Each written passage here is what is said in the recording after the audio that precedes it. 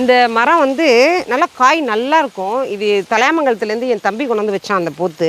நிறைய காய்ச்சுது. இங்கே பாருங்க, சூப்பரில் பால் வந்துருக்கு பாருங்க. முருங்கை பிசின். இந்த முருங்கை பிசின் வந்து மருந்து தான். இது வந்து மரத்துக்கு வந்து ஏதோ முடியல, சாஞ்சிருச்சு. சாஞ்சதுனால இது வந்து பிசின் அடிக்குது. அப்படியே இந்த பிசின் வந்து நம்ம வேஸ்ட்டாக அடிக்க வேண்டாம், எடுத்துகிட்டு போகலாம். நம்ம இந்த பிசின் காய வச்சு ஊற வச்சு நம்ம வந்து பாலில் போட்டு சாப்பிட்லாம். இது பாருங்க, பிசின் இருக்குது பாருங்க, முருங்கை பிசின். முருங்கை பிசின் ரொம்ப மருத்துவ குணம் கொண்டது.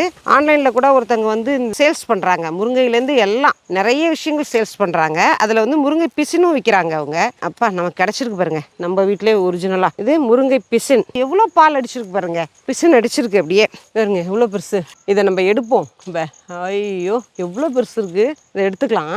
மரம் வந்து சாஞ்சிருச்சுங்க. இது சாஞ்ச உடனே இதுக்கு ஏதோ ரொம்ப அப்படியே டிஸ்கம்ஃபர்ட்டாக ஃபீல் பண்ணுது மரம். இது வந்து நிறைய காய்க்கும்.